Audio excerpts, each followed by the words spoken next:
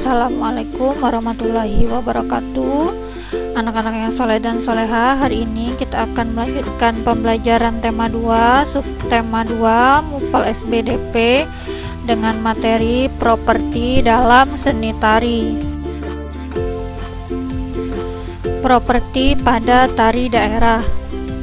Sebuah tarian yang dipentaskan menggunakan properti membuat tarian tersebut menjadi lebih indah dan bermakna.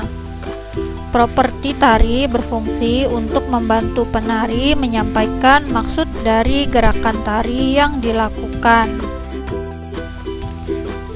Contoh properti tari yang digunakan misalnya kipas, topeng, sampur atau selendang, tombak, payung, dan piring.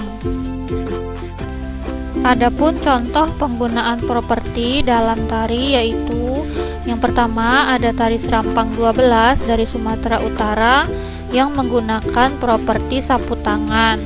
Kemudian ada tari Kipas Pakarena dari Sulawesi Selatan yang menggunakan properti kipas. Lalu ada tari Perang dari Papua yang menggunakan properti sebilah bambu yang ujungnya runcing. Dan ada tari Payung dari Sumatera Barat yang menggunakan properti payung. Serta ada tari Serimpi dari Yogyakarta yang menggunakan properti selendang. Selanjutnya yaitu unsur-unsur dalam peragaan tari. Yang pertama, menentukan bentuk tari. Sebelum diperagakan di depan penonton, bentuk karya tari perlu ditentukan, misalnya bentuk tari tunggal, berpasangan, atau kelompok. Yang kedua, memilih karya tari. Dalam memilih karya tari, sebaiknya disesuaikan dengan bentuk tari. Misalnya bentuk tari berpasangan, maka jenis karya tari yang dipilih harus berpasangan.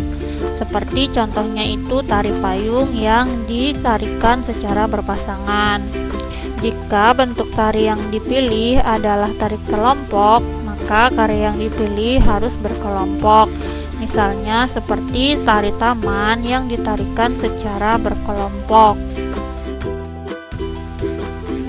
3. Menentukan jumlah penari.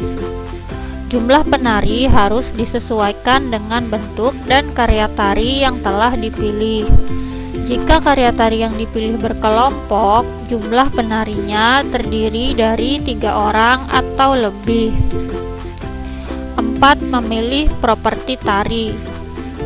Properti atau perlengkapan tari mempunyai fungsi penting dalam seni tari yang harus dipersiapkan sejak awal dan selalu dipakai saat berlatih tari. Hal ini bertujuan agar pada saat peragaan di depan penonton, penari sudah terbiasa dengan properti tari. 5. Menentukan iringan tari.